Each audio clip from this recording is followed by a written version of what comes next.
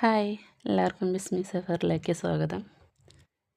നമ്മൾ വീട്ടിൽ വെച്ചിട്ട് നമ്മുടെ കുറച്ച് റെമഡീസൊക്കെ ചെയ്യുമല്ലോ. മുഖം വെളുക്കാനായിട്ട്, മുഖത്തിൻ്റെ കരിവാളിപ്പ് മാറാനായിട്ട് പല പല ക്രീമുകളൊക്കെ യൂസ് ചെയ്തിട്ട് നമ്മുടെ കിഡ്നികൾ പലതിനും നമ്മുടെ ആന്തരിക അവയവങ്ങൾക്കൊക്കെ കേടുപറ്റുന്നതായിട്ട് നമുക്ക് കാണാൻ സാധിക്കുന്നുണ്ട്.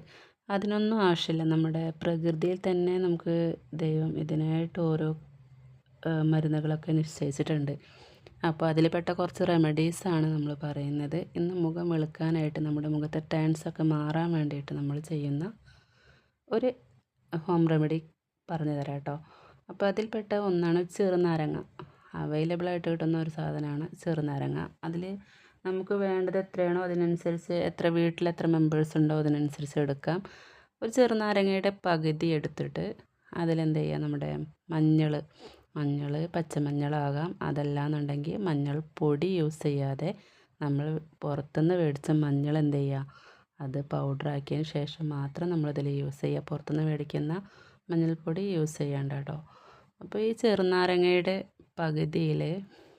പകുതി എടുത്തിട്ട് അതിൻ്റെ നീരെടുത്തിട്ട് അതിൽ ഈ പച്ചമഞ്ഞളോ അല്ലെങ്കിൽ നമ്മുടെ നാടൻ മഞ്ഞളോ, ഈ സാധാ പൊടിപ്പിക്കുന്ന മഞ്ഞൾ ഏതായാലും കുഴപ്പമില്ല, അതിൻ്റെ പൗഡറോ അല്ലെങ്കിൽ അരച്ചിട്ടോ തേക്കാട്ടോ. അരച്ച് ഇതിൽ ജോയിൻ ചെയ്യുക, മിക്സ് ചെയ്യുക. ഇതിൽ മഞ്ഞളും ചെറുനാരങ്ങയൊക്കെ കൂടിയിട്ട് മിക്സ് ചെയ്യുക.